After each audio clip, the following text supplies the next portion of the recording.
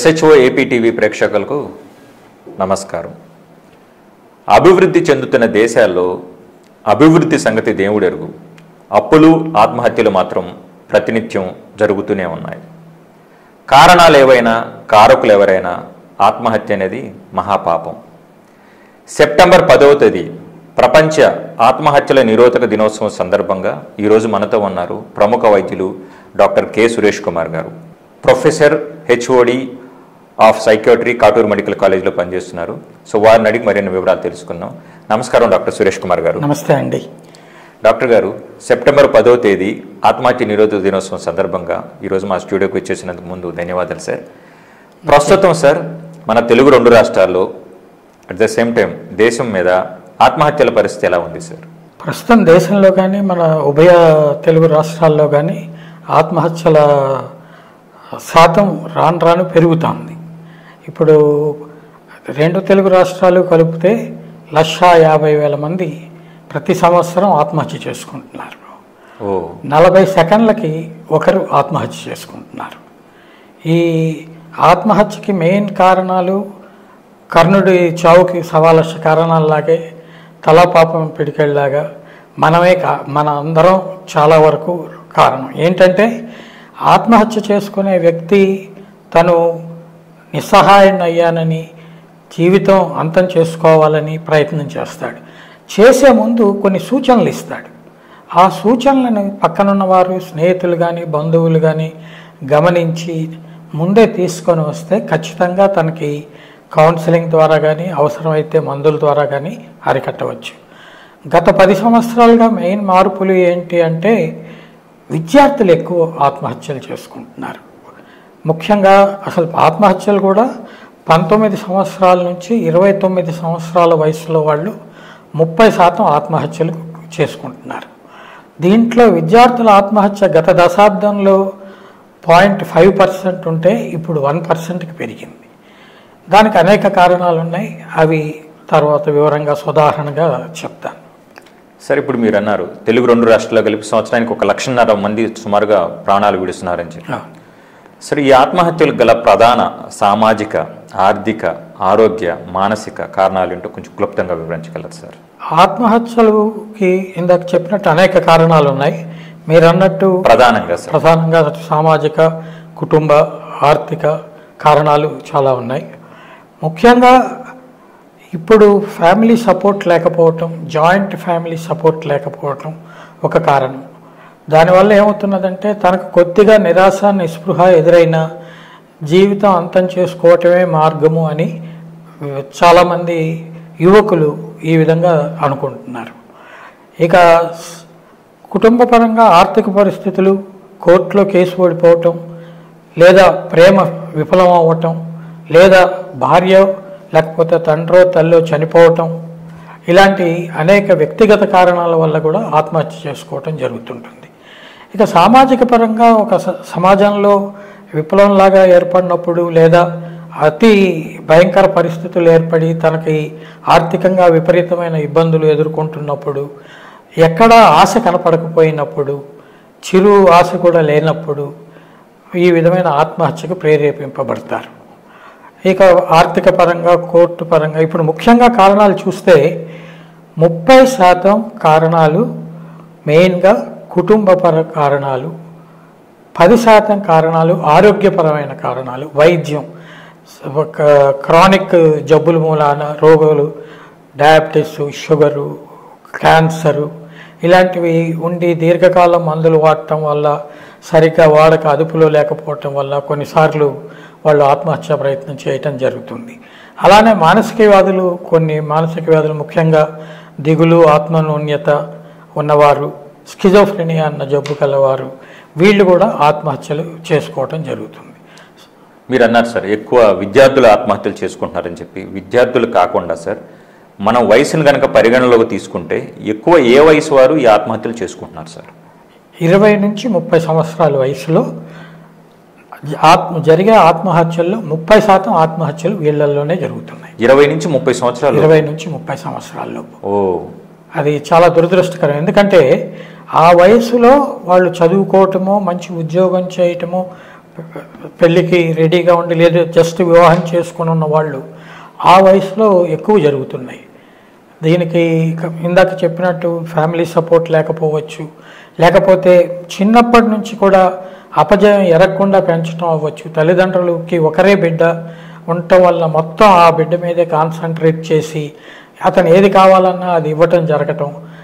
తర్వాత అతనికి అపజయం ఎదురైతే అసలు అపజయం తెలియదు అతనికి, చిన్నప్పటి నుంచి తల్లిదండ్రులు అలా పెంచారు. ఇప్పుడు అపజయం ఎదురవుతే దాన్ని ఎలా ఎదుర్కోవాలో తెలియదు, జీవితం ముగించుకోవటమే పరిష్కారం అన్న ధోరణికి వస్తున్నారు. అందువల్ల ఈ వయసులో ఎక్కువ మంది చేసుకోవటం జరుగుతున్నది. 5 సంవత్సరాల వయసు గల పిల్లవాడు కూడా జపాన్లో ఆత్మహత్య చేసుకున్నాడు. అయ్యో, చాలా దురదృష్టకరం. చాలా చిన్న వయసు పిల్లవాడు, 5 సంవత్సరాలు. తల్లి ఏదో అందని చెప్పి 30వ అంతస్తు బయట నుంచి దూకేశాడు. అది అంటే కామన్ కాదు ఇది, కానీ అంత ఏజ్లో కూడా జరిగింది ఆ విధంగా. సో ఎక్కువ మీరు చెప్పేది ఏంటంటే 30% దాదాపుగా 20 నుంచి 30 సంవత్సరాల వయసు కలలు చేసుకుంటున్నారు. మీరు ప్రధానంగా మంచి కారణం చెప్పారు సార్. ఒకప్పుడు జాయింట్ ఫ్యామిలీస్ ఉండేవి, ఇప్పుడు న్యూక్లియర్ ఫ్యామిలీస్ అవ్వటం వల్ల కౌన్సిలింగ్ కావచ్చు, ఏదైనా పట్టించుకునే వాళ్ళు లేకపోవడం, ఓదార్పు లేకపోవడం వల్ల కూడా ఎక్కువ జరుగుతుంది. Good sir. దానివల్ల ఇప్పుడు ఏదైనా ఉదాహరణకి స్టూడెంట్ కింద తీసుకుంటే మార్కులు తక్కువ రాగానే వాళ్ళ నాన్న తిడతాడు, ఎరా నీకు ఇదేం మార్కులు రా, ఇంత నేను తల తాకట్టు పెట్టించి కార్పొరేట్ స్కూల్లో చేరిస్తే నువ్వు ఇలాంటి మార్కులు తెచ్చుకుంటావా అని వాళ్ళ నాన్న తిడతాడు. పక్కన తాతగారు ఉంటే ప్రోగ్రెస్ కార్డు చూసి మీ నాన్నకి ఇంతకన్నా ఘోరంగా వచ్చాయరా అని చెప్తారు. సో ఆ ఓదార్పు ఉంటుంది జాయింట్ ఫ్యామిలీలో, అంకులు ఇది లేకపోతే ఉండదు అసలు. సార్, ఇప్పుడు ఈ 20 నుంచి 30 సంవత్సరాల వయసులోపు ఏదైతే ఎక్కువ శాతం ఆత్మహత్యలు ఉన్నాయంటున్నారో, పోలికలు పోటీలు వల్లే ఇది ఎక్కువ జరుగుతుందంటారు? వేరే వాళ్ళతో పోల్చుకోవటం లేదా పోటీ పడటం? చాలా మరీ గత దశాబ్దంలో పోటీ ప్రపంచం మెటీరియలిస్టిక్ వరల్డ్ అయిపోయింది. దాంతో ప్రతి దానికి మెషర్మెంటు, కొలిచే సాధనం కేవలం మార్కులు. పిల్లలకైతే, స్టూడెంట్స్కి అయితే ఒక బయట కమ్యూనికేషన్ స్కిల్స్, మాట్లాడే పద్ధతి కానీ, ఇతరులతో కలిసి తిరగటం కానీ, ఆటలాడుకోవటం కానీ ఏమీ లేవు. కేవలం ఒక డంజన్ లాంటి దాంట్లో ఉండి పొద్దున్న నుంచి రాత్రి దాకా చదువుతూ మార్కులు తప్ప ఇంకొకటి వేరే మాట లేదు అనే విధానంలో ఈ ప్రస్తుత విద్యా విధానం అలా ఉంది. అందరూ దోషులే. కేవలం కార్పొరేట్ విద్యా సంస్థను నిందించట్లేదు. వాళ్ళు తల్లిదండ్రులు, విద్యార్థులు. తల్లిదండ్రులు ఏంటి, వాళ్ళు సాధించలేనిది పిల్లవాడు సాధించాలి. వాడి కెపాసిటీ ఏంటి, వైద్య వృత్తి చేయగలడా, ఇంజనీరింగ్ చేయగలడా అని ఎవరు అంచనా వేయట్లేదు. నేను చేయలేదు, ఎట్టి పరిస్థితుల్లో నా కొడుకు చేయాలి. వాడికి దానివల్ల ఒత్తిడి విపరీతంగా పెరిగిపోతాను. బయటికి రానివ్వరు, హాస్టల్లో ఉండిపోతారు. ఇంటెన్సివ్ కేర్లో ఇంకొకటి కూడా ఏంటంటే, మార్కులు ఈసారి తక్కువ వస్తే గ్రూప్ నుంచి ఇంకో గ్రూప్ కింద గ్రూప్కి పడేస్తారు. దాంతో చాలా ఫీల్ అవుతారు, పోల్చుతారు. వీడు కిందకి వెళ్ళాడు, వాడు పైకి వెళ్ళాడు, నేను వెళ్ళలేకపోయా, నేను దండగా, నాన్న అక్కడ అంత ఖర్చు పెట్టి చేశాడు కాబట్టి నా జన్మ వృధా, చనిపోవటం. ఇది ఇప్పుడు చాలామంది కాగితాల్లో చూస్తున్నాం, ఉత్తరాలు రాస్తున్నారు, చనిపోయే ముందు డెత్ లెటర్ అంటాం. ఇది కారణం, నాన్న నన్ను క్షమించు, లేదా అమ్మ నన్ను క్షమించు, మీ కోరికలు నేను నెరవేర్చలేకపోయాను. అవి చదువుతుంటే నిజంగా చాలా బాధాకరంగా ఉంటుంది. ఎప్పుడు మానసిక సమస్యలు డీల్ చేసే మాకే కళ్ళలో నీళ్ళు వస్తాయి అవి చదువుతుంటే. చాలా కానీ దురదృష్టవశాత్తు సరే వాళ్ళు రేపు పేరెంట్స్ లక్షలు బొమ్మరిస్తేనే అక్షరాలు అబ్బుతాయని, లేదా ఎకరాలు అమ్మితేనే లక్షణాలు బుద్ధులు అబ్బుతాయని చెప్పి కార్పొరేట్ కాలేజెస్ కావచ్చు, స్కూల్స్ కావచ్చు, తలకు మించిన భారం చేసి పిల్లల మీద ఆ ఒత్తిడి పెట్టడం, నీకోసం అదమ్మాం ఇదమ్మాం, నీకోసం ఎంత ఖర్చు చేస్తున్నాం, అది కూడా ఒక కారణం. అవునండి, చాలా ముఖ్య కారణం. ఇప్పుడు ఆ పిల్లవాడు మా తండ్రి ఇంత చేశాడు, అమ్ముకున్నాడు, నేను చదవలేకపోతున్నా, నాకు మార్కులు రావట్లేదు, కాబట్టి నా కుటుంబ సభ్యులకు మొహం చూపించలేను, కాబట్టి జీవితం అంతం చేసుకోవటం ప్రధానం. సార్, ఇప్పుడు ఎక్కువ ఏ వయసులో చేసుకుంటున్నారో చెప్పారు సార్. ఇప్పుడు ఇంకొక మరో అంశం సార్, ఈ ఆత్మహత్యలు చేసుకునే వారిలో పురుషులు ఎక్కువగా ఉంటారా, మహిళలు ఎక్కువగా ఉంటారా? ఒకవేళ ఉన్నట్లయితే దీని వెనక హార్మోనల్, మనకు వచ్చే జనరల్గా హార్మోన్స్ వల్ల ఏమైనా ఈ తేడాలు ఉంటాయి అంటారు సార్? చాలా మంచి ప్రశ్న అడిగారు. ఆత్మహత్యలు 2 రకాలు. ఒకటి ఏంటంటే సక్సెస్ఫుల్లీ చేసుకున్న సూసైడ్స్, అంటే పూర్తి సక్సెస్ అయ్యి చనిపోతారు వాళ్ళు. రెండోది అటెంప్టెడ్ సూసైడ్స్, అంటే వాళ్ళు ప్రయత్నం చేస్తారు కానీ సక్సెస్ అవ్వరు. బెదిరించడం అని కూడా అనుకోవచ్చు, దాన్ని బెదిరించడం అవ్వచ్చు, లేకపోతే ఎలా చనిపోవాలో తెలియకపోవచ్చు.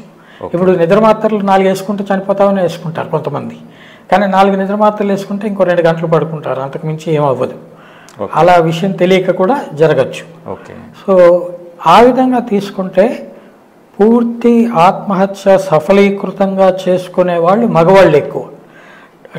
ప్రతి ఒక ఆడదానికి 2 మగవాళ్ళు సూసైడ్ సక్సెస్ఫుల్గా చేసుకుంటారు పూర్తిగా. ఒకవేళ మహిళలు ఉంటే 2 పురుషుల్లో ఉంటున్నారు సక్సెస్ఫుల్ గా. 2 పురుషులు, ఒక మహిళ అయితే 2 పురుషులు సక్సెస్ఫుల్గా చేస్తున్నారు. అదే సమయంలో ప్రయత్నం చేసేవాళ్ళు ఆడవాళ్ళలో ఎక్కువ ఉన్నారు. అది 4:1. ఒక మగవాడికి 4 ఆడవాళ్ళు అటెంప్ట్ చేసి ఉంటారు. ఒక మగవాడు కనుక ప్రయత్నం చేసి ఉంటే 4 ఆడవాళ్ళు ప్రయత్నం చేసి ఉంటారు. సఫలీకృతం అవ్వరు దీంట్లో. దీనికి అనేక కారణాలు ఉండొచ్చు. మగవాళ్ళు బయట తిరుగుతారు, ఏ విధంగా కన్నా ఒక చనిపోవాలని కోరిక ఉందనుకోండి, ఎలా చనిపోవాలని ఆలోచించవచ్చు. ఒక కత్తి తెచ్చుకోవచ్చు, లేదా ఒక మందు తెచ్చుకోవచ్చు, పురుగుల మందు తెచ్చుకోవచ్చు. ఇలాంటివన్నీ చేయటం జరుగుతుంది. ఆడవాళ్ళకి బయటికి వెళ్ళే అవకాశాలు తక్కువ, వాళ్ళకు ఉండే ఇది ఒకటి. రెండవది మీరు చెప్పినట్టు వాళ్ళు మోర్ ఇంపల్సివ్, కొన్నిసార్లు జనరల్గా హార్మోన్స్ మూలాన్ని కూడా వాళ్ళు ఇంపల్సివ్గా ప్రయత్నం చేస్తారు. చనిపోవాలి ఖచ్చితంగా అన్న ఉద్దేశము మొదటి నుంచి ఉండదు. అకస్మాత్తుగా భర్త తిట్టాడు, ఆ రోజు ఆ క్షణం దానికి వెంటనే ప్రయత్నం చేయటం జరుగుతుంది. కాబట్టి ప్రిపరేషన్ ఉండదు, కాబట్టి దాంట్లో వాళ్ళు సఫలీకృతం అవ్వరు. ఆ విధంగా జరుగుతుంది. దీనికి మనకు అందుబాటులో ఉండటం, ఏవైనా అందుబాటులో ఉండటం కూడా కారణం. అంటే ఉదాహరణకి మన భారతదేశంలో పెస్టిసైడ్స్, ఈ పురుగుల మందులు, రసాయన పదార్థాలు, ఇవి బయట వ్యవసాయ ఆధారిత దేశం కాబట్టి ఈ పురుగుల మందులు విపరీతంగా వాడటం జరుగుతుంది, ప్రతి ఒక్కరి దగ్గర ఉంటుంది. సో చనిపోవాలనుకున్నప్పుడు వీళ్ళు చాలామంది పురుగుల మందు తాగుతున్నారు. మనకు మొదటి కారణం పురుగుల మందు, ఆర్గనోఫాస్ఫరస్ పాయిజనింగ్ అంటాం. మాకు ఎమర్జెన్సీగా వచ్చే కేసుల్లో 2-3 కేసులు రోజుకి పురుగుల మందు తాగి వచ్చేవాళ్ళే. అది చాలా కామన్ కారణం, ఎందుకంటే అవైలబిలిటీ దొరుకుతుంది ఎక్కడైనా, మిగిలినవి అంత సులభంగా దొరక్కపోవచ్చు. అది అందుకనే రైతుల్లో కూడా, అది ఇంకొక టాపిక్ అవ్వచ్చు, కానీ మీకు చెప్తున్నా, రైతుల్లో ఈ టైప్ ఆఫ్ ఆత్మహత్య ప్రయత్నాలు సఫలీకృతం అయ్యేవి ఎక్కువ. ఎందుకంటే వాళ్ళు రెడీగా వాళ్ళ దగ్గర అందుబాటులో పెస్టిసైడ్స్ ఉంటాయి, అందుబాటులో క్రిమిసంహార పదార్థాలు ఉంటాయి. దీనికి సంబంధించి మా ఏపీ స్టేట్ మానసిక వైద్య విభాగం ఖమ్మం డాక్టర్లు, మానసిక శాస్త్రవేత్తలు వాళ్ళు ఏం చేశారంటే, ఒక ప్రాజెక్టుగా రైతుల దగ్గర వాళ్ళ ఇళ్లలో ఈ క్రిమిసంహారక మందులు ఉంచకూడదు. ఆ ఊరిలో పంచాయతీ ఆఫీసులో అందరూ వాళ్ళ పేర్లు రాసి క్రిమిసంహారక మందులు అక్కడ పెడతారు. సో రైతు తాళం ఒక వ్యక్తి దగ్గర ఉంటుంది, రైతుకు కావలసినప్పుడు అక్కడికి వెళ్ళి తాళం తీయించుకొని సంతకం చేసి క్రిమిసంహార మందు తీసుకెళ్తాడు. దానివల్ల ఏమవుతుంది, ఇంటి దగ్గర ఆయనకి ఎప్పుడో సడన్గా చనిపోవాలన్న ఆలోచన ఉంటే ఉండదు, క్రిమిసంహార పదార్థం ఉండదు. ఆ తర్వాత గత 2-3 సంవత్సరాలుగా ఇది ఇంప్లిమెంట్ చేసిన తర్వాత పైలట్ ప్రాజెక్ట్గా ఆత్మహత్యలు తగ్గాయి. Very nice sir. రైతుల్లో ఆత్మహత్యలు తగ్గాయి. ఇది మేము సైంటిఫిక్గా రిపోర్ట్ చేయబడ్డ స్టడీ. మా మానసిక వైద్య నిపుణులు ఖమ్మం సోదరులు వాళ్ళు ఇది చేశారు. అది టోటల్గా ఇంప్లిమెంట్ చేయాలని ఒక అభిప్రాయంలో ఉన్నాం. మీ అసోసియేషన్ ద్వారా భారతదేశం ద్వారా అట్లీస్ట్ కనీసం మొదట మన రాష్ట్ర ప్రభుత్వానికి సలహా ఇచ్చి రిక్వెస్ట్ చేసి ఇంప్లిమెంట్ చేయాలని కోరుతున్నాం. ఈ అంశంలో ముఖ్యంగా నేను మీ ఖమ్మం యూనిట్ ఎవరైతే ఉన్నారో వాళ్ళని అభినందిస్తున్నాను సార్. ఎందుకంటే ఈ సమాజ శ్రేయస్కే వాళ్ళు మంచి ఇనిషియేటివ్ సార్. చాలా దీన్ని ఆల్ ఇండియాలో, రాష్ట్రంలో, తర్వాత ఆల్ ఇండియాలో ఇంప్లిమెంట్ చేయాలని కోరుతున్నాం సార్. ఇక్కడ విచిత్రం ఏంటంటే, మనం పురుగు మందులు అంశం వచ్చింది కాబట్టి చెప్తున్నాం, దేనికోసం అయితే పిచికారీ చేస్తున్నాం పురుగులు చనిపోవట్లేదు, వాటికి రెసిస్టెన్స్గా వచ్చేదన్నా. బట్ ఏదైతే చల్లిన వ్యక్తి తాగితే చనిపోతుంది, చాలా దురదృష్టకరం సార్. మరో విషయం చెప్పండి డాక్టర్ గారు. ఇప్పుడు మనం వయసు చెప్పుకున్నాం, జెండర్ చెప్పుకున్నాం సార్. ఈ ఆత్మహత్యలు చేసుకోవాలనే ఆలోచన, దీని వెనక హెరిడిటీ ఫ్యాక్టర్, వంశపారంపర్యంగా వచ్చేటువంటి ఏమన్నా ఆ లక్షణాలు ఉంటాయా సార్? ఖచ్చితంగా ఉంటాయండి. వంశంలో కనుక ఆత్మహత్య ప్రయత్నం జరిగింది, ఇప్పుడు వచ్చిన పేషెంట్ ఏదో ఆత్మనిర్ణితతో వచ్చాడు, దిగులతో వచ్చాడు మన దగ్గరికి, వాళ్ళ వంశంలో వాళ్ళ తండ్రో లేకపోతే తమ్ముడో ఆత్మహత్య ప్రయత్నం చేశాడు అని అనగానే మేము చాలా జాగ్రత్త పడతాం. ఇతను మళ్ళీ చేసుకునే అవకాశాలు ఎక్కువ. పాస్ట్ హిస్టరీ అంతకు మునుపు ఇతను కనుక ఒక ప్రయత్నం చేసి ఉంటే, అలానే కుటుంబంలో కనుక సభ్యులు ఈ ఆత్మహత్య ప్రయత్నం చేసి ఉంటే చాలా మళ్ళీ ఇతను చేసుకునే అవకాశం చాలా ఎక్కువ ఉంది. కాబట్టి అలాంటివి చాలా జాగ్రత్త పడతాం. అవసరమైతే 4 రోజులు హాస్పిటల్లో ఉంచుతాం, మళ్ళీ ఏది అవకాశం లేకుండా ఉండడానికి బేసిక్గా. అదే సార్, మన పురాణ ఇతిహాసాల్లో ఆత్మహత్యని పాపంగా పరిగణించారు. ఇప్పుడు మనం చట్టాల దగ్గరకు వచ్చేసరికి ఆత్మహత్య చేసుకోవడం నేరంగా భావిస్తారు. ఇంతకుముందు కూడా చూసాం మనం పలు సందర్భాల్లో వాళ్ళ మీద సర్వైవ్ అయిన వాళ్ళ మీద కేసులు పెట్టడం, శిక్షించడం కూడా జరిగాం. ఇప్పుడు ఆ చట్టంలో కొన్ని మార్పులు వచ్చాయని తెలిసింది సార్. అది కూడా సైకియాట్రిస్టుల అందులో భాగస్వామ్యంతో కొన్ని చట్టంలో మార్పులు వచ్చాయనుకుంటున్నారు సార్. అవి ఏంటి సార్, మాకు తెలియజేయగలరు? మీరు అన్నట్టు మనకి మొదటి నుంచి ఆత్మహత్య మహాపాతకం, జన్మని మనం భగవంతుడు మనకు జన్మ ఇచ్చాడు, దాన్ని అంతం చేసుకునే అధికారం మనకు లేదు అని ఉంది. కానీ ఇప్పుడు ఆత్మహత్య ప్రయత్నం చేసినప్పుడు ఆల్రెడీ అతనికి చాలా బాధ న్యూన్యతతో ప్రయత్నం చేస్తే కోలుకున్నప్పుడు మనం అతన్ని జైలు శిక్ష విధించటం, పెనాల్టీ విధించటం అన్నది చాలా ఇన్హ్యూమన్ అనిపిస్తుంది. సో మా మానసిక వైద్య నిపుణులందరూ దీన్ని డీక్రిమినలైజేషన్ ఆఫ్ సూయిసైడ్ అన్నాం. అంటే ఆత్మహత్యా ప్రయత్నం చేయటం క్రిమినల్ యాక్ట్ సెక్షన్ 309 ప్రకారము ఇది క్రిమినల్ యాక్ట్. దీనికి 1 సంవత్సరం మ్యాక్సిమం జైలు శిక్ష లేదా 20,000 రూపాయలు అంతకు మించి ఫైన్ వేయచ్చు.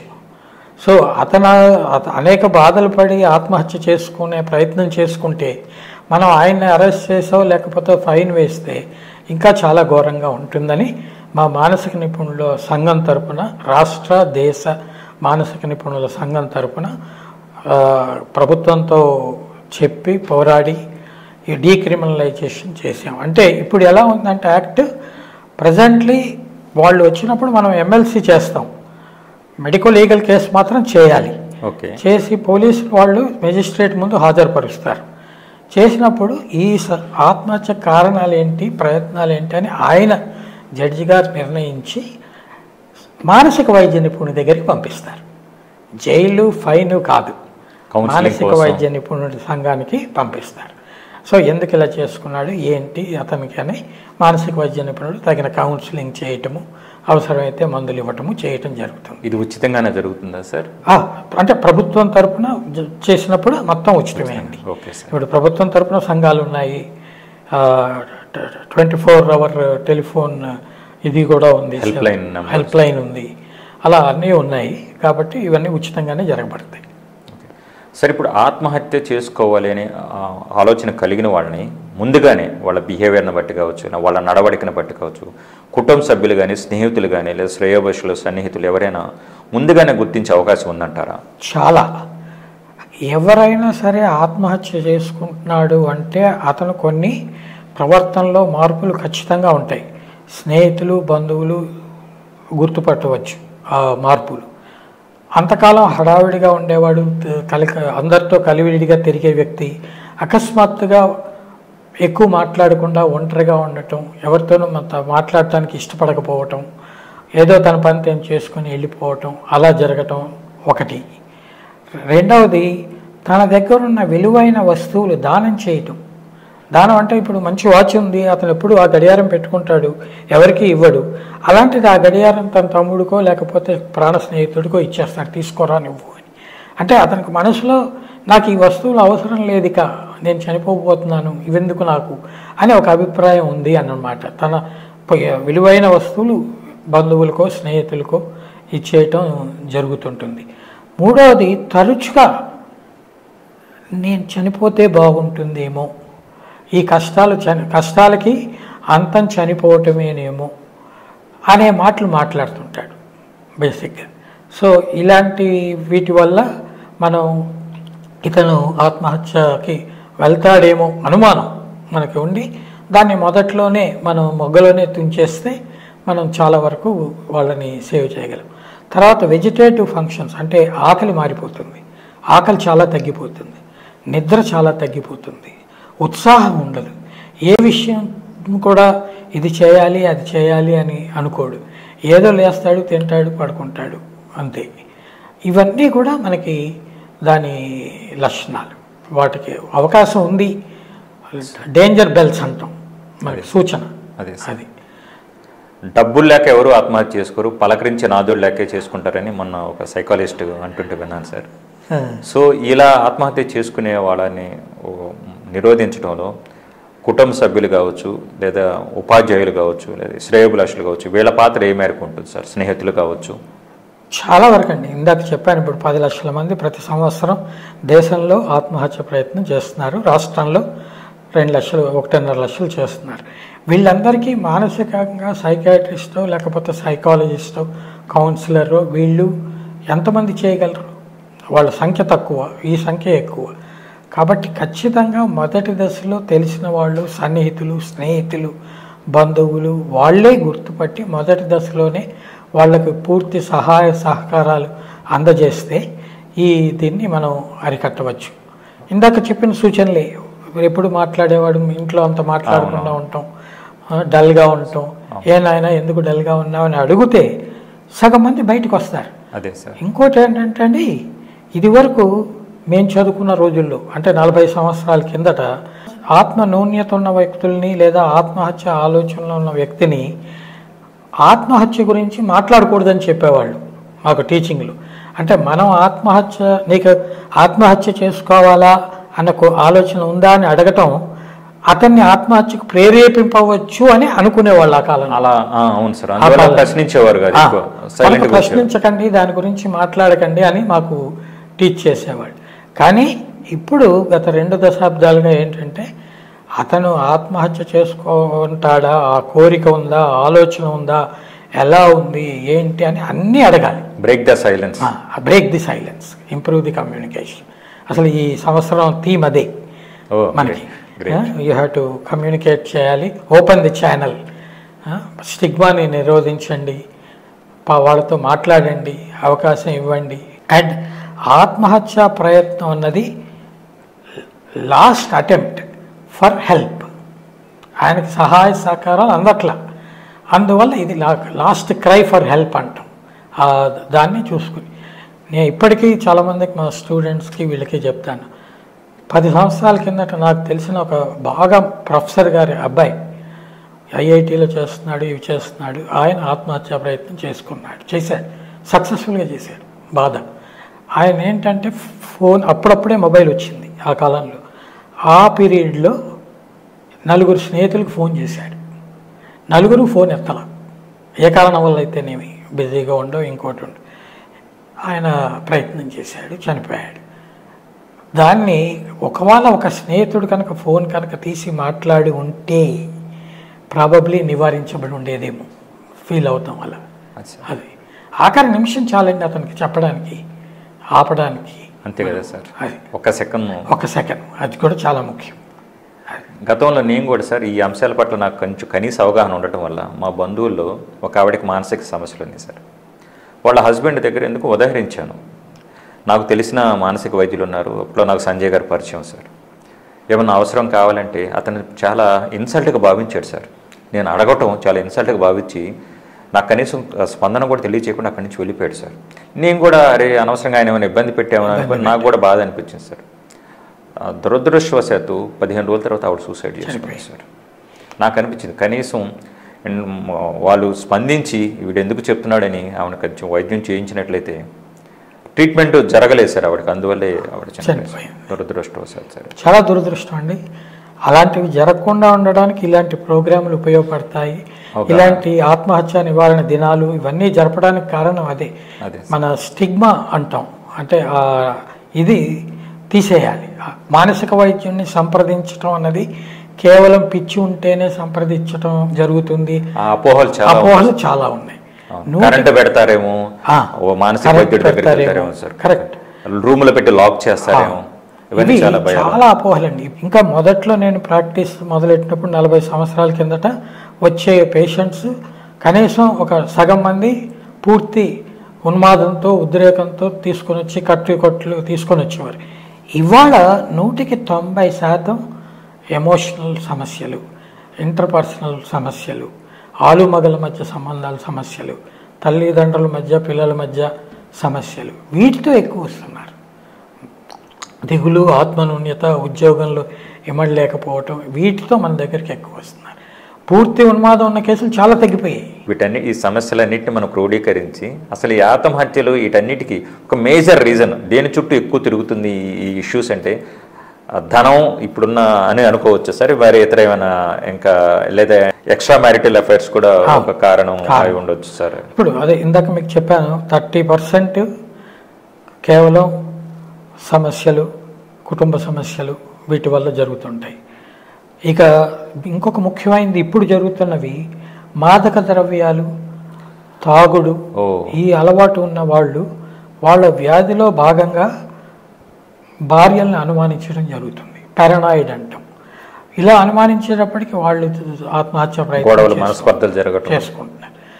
లేదు ఆవిడ ఎదురు తిరిగి ఏంటి నన్ను ఇలా అంటావు అనేటప్పుడు వాడు ఆత్మహత్య ప్రయత్నం చేస్తున్నారు. సో ఇలాంటివి. తర్వాత ఇందాక కారణాలు కర్ణుడి చావుకు సవాలచ్చు అన్నట్టే ఇవి విద్యలో పోవటం, కోర్టులో కేసు ఓడిపోవటం, సడన్గా అకస్మాత్తుగా ఆస్తి అంతా వెళ్ళిపోవటం. ఇప్పుడు ఫర్ ఎగ్జాంపుల్ మనకి విజయవాడలో ఫ్లడ్స్ అయ్యాయి, అంతకుముందు సునామీ జరిగింది. సునామీ జరిగినప్పుడు చాలామంది మానసిక వైద్యులు చెన్నై నుంచి వెళ్ళి వాళ్ళని కౌన్సిలింగ్ చేయడానికి వెళ్తే అప్పుడు మెయిన్ ఆత్మహత్య ప్రయత్నం ఏంటంటే ఇక జీవితం లేదు, నేను 30 ఏళ్ల నుంచి పోగు చేసి పైసా కూడబెట్టుకొని ఈ ఇల్లు కట్టుకున్నా, ఈ వ్యాపారం మొదలెట్టా, ఇది మొత్తం పోయింది, ఇక నేను బతికి ప్రయోజనం ఏంటి, ఎలా బతకాలి, ఇలాంటివి చాలా కారణాలు. మిమ్మల్ని ఎంతమంది అడిగిన ప్రశ్న అదే సార్.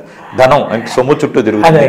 మీరు కూడా చెప్పారు సొమ్ము కాదు సోకు చుట్టూ కూడా ఈ సమస్యలు తిరుగుతున్నాయి. సొమ్ము సోకు ఈ దరిద్రాలన్నీ మామూలుగా ఈ అవలక్షణాలన్నీ ఎక్కువ ప్రపంచంలో చుట్టూ తిరుగుతున్నాయి రెండే సార్. ఇంతమంది ఎక్కువ ఆత్మహత్యలు చేసుకుంటున్నారు కదా సార్. వీటిని నివారించడంలో మీ సెంటర్ ఫర్ సోషల్ సైకాలజీ ఉంది, ప్రభుత్వాలు ఉన్నాయి, ప్రజలు ఉన్నారు, ఎన్జిఓస్ ఉన్నాయి. సో వీటి ప్రధాన పాత్ర ఏమై ఉండాలి సార్? చాలా అండి, మీరు చెప్పినట్టు మా ప్రయత్నం మేము చేస్తున్నాం. ఆంధ్ర రాష్ట్ర కానీ భారతీయ మానసిక నిపుణుల సంఘం, కౌన్సిలర్స్ సంఘం, సైకాలజిస్టుల సంఘం, ఇవన్నీ కూడా ఇప్పుడు సూసైడ్ ప్రివెన్షన్కి ఒక హెల్ప్ లైన్ పెట్టడము, అవేర్నెస్ ప్రోగ్రామ్స్. ఇప్పుడు మీరు చెప్పిన స్టూడెంట్స్ దగ్గరికి వెళ్ళి స్కూల్లో మాట్లాడటం, టీచర్స్తో మాట్లాడటం, టార్గెట్ ఆడియన్స్ వాళ్ళతో మాట్లాడటం, ఇవన్నీ అవేర్నెస్ క్రియేట్ చేసి సూసైడ్ గురించి మాట్లాడటం తప్పు కాదు, స్టిగ్మా లేదు, బయటికి ఎక్స్ప్రెస్ చేయాలి, చేస్తే సహాయం చేయగలం అనే ఒక దృక్పథం అందరిలోకి రావాలండి. దానికి ప్రభుత్వ సహాయం ఉండాలి, ఇటు వాలంటరీ ఆర్గనైజేషన్స్, మీ మానవత ఎన్జిఓ ఆర్గనైజేషన్స్, లయన్స్ క్లబ్ వీటి తరపున ఇలాంటివన్నీ కూడా కలిసి చేస్తే చాలా వరకు మనం అరికట్టగలం. వన్ లాస్ట్ మెసేజ్ సార్ మీ నుంచి. ఎవరైతే కనుక ఇక నాకు ఈ జీవితం వ్యర్థం, ఇక నేను చనిపోవాలి అని నిశ్చయించుకున్నారో వాళ్ళు ఆ మూమెంట్లో ఆ నిర్ణయం నుంచి వెనక రావడానికి వాళ్ళు దేన్ని ఆలోచించాలంటారు సార్? వాళ్ళ అమ్మను గుర్తు చేసుకోవాలా, వాళ్ళ నాన్న గుర్తు చేసుకోవాలా, వాళ్ళ పిల్లల్ని గుర్తు చేసుకోవాలా? ఎలాంటి ఆలోచన చేస్తే వాళ్ళు ఆలోచన నుంచి ఆ పర్టికులర్ మూమెంట్లో ఆ ఇంపల్సివ్ డెసిషన్ నుంచి వాళ్ళు వెనక రావచ్చు అంటారు సార్? మీరు అన్నట్టు మధ్య వయసు వాళ్ళు అయితే ముఖ్యంగా వాళ్ళ పిల్లల గురించి ఆలోచించాలండి.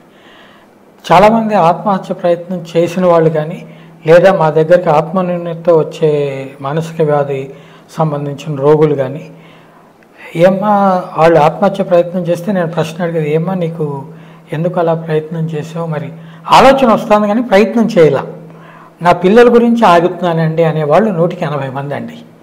పిల్లల గురించి వాళ్ళు ఏమైపోతారో, ముఖ్యంగా ఆడవాళ్ళు, నేను లేకపోతే మా ఆయన చూడకపోవచ్చు, ఆయన ఇంకో పెళ్లి చేసుకోవచ్చు, మా అత్త వాళ్ళు చూసుకోవచ్చు, మా పిల్లల్ని ఎవరు చూసుకుంటారు, వాళ్ళు అనాథలు అవుతారు అనే ఆలోచన కాస్త వాళ్ళని ఆపుతుంది మెయిన్గా.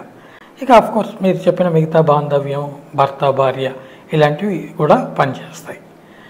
అందుకని ఆఖరి నిమిషం మనం ఆ టెలిఫోన్లో మెసేజ్లో నీవు కామ్ అవ్వు, ఇది విషయం అని చెప్పగలిగితే మనకి చాలా వరకు బాగుంటుంది. సరే, ఇప్పుడు మన పాపులేషన్ 140 కోట్లు దాటింది భారతదేశం. ఈ అధిక జనాభా ముఖ్యంగా ఆర్థిక స్తోమతనికి మించిన పిల్లల కంఠం, ఇప్పుడు వాళ్ళ స్తోమతకు మించి నారు పోసినవాడు నీరు పోయడా అని చెప్పి పిల్లల కంఠం, ఈ అంశాన్ని మనం ఏ దృష్టితో ఆలోచించాలి సార్? వాళ్ళ స్తోమత బట్టి ఖచ్చితంగా పిల్లల్ని లిమిట్ చేసుకోక తప్పదు. వాళ్ళని భవిష్యత్తు గురించి, మంచి చదువుల గురించి, ఉన్నత అవకాశాల గురించి వాళ్ళ ఆర్థిక వ్యవస్థ బట్టి ప్లాన్ చేయాలి. పైగా ఇప్పుడు మన ప్రభుత్వ పాలసీ కూడా ఒకరు లేదా ఇద్దరు అనే అంశం ఉంది. ఎందుకంటే జనాభా పెరిగినట్టు రిసోర్సెస్ పెరగట్లేదు కాబట్టి కనుక ఆటోమేటిక్గా ఇవన్నీ సమస్యలకి ఇది కూడా ఒక ఈ నివారణలో కీలక పాత్ర పోషించిందని నేను భావిస్తున్నాను సార్. దాన్ని తగ్గట్టుంటే ఆబ్వియస్లీ ఇంక వాళ్ళకి ఆర్థిక ఇష్యూస్ ఉండవు, ఫర్దర్గా వచ్చేవన్నీ ఆర్థిక కారణాలతో కూడా మొదలవుతాయి కాబట్టి ఒత్తిళ్ళు ఉండవు కాబట్టి సార్. అవునండి, ఖచ్చితంగా. ధన్యవాదాలు డాక్టర్ గారు. సెప్టెంబర్ 10వ తేదీ ముఖ్యంగా ఆత్మహత్య నిరోధక దినోత్సవం సందర్భంగా మన SHOAP టీవీ యూట్యూబ్ ఛానల్కి వచ్చి మా ప్రేక్షకులకు, వీక్షకులకి ఈ అంశం పట్ల సుదీర్ఘమైన మీ విశ్లేషణ అందించినందుకు గాను మీకు ధన్యవాదాలు సార్. మీకు నాకు అవకాశం కల్పించినందుకు ధన్యవాదాలు. Thank you very much sir.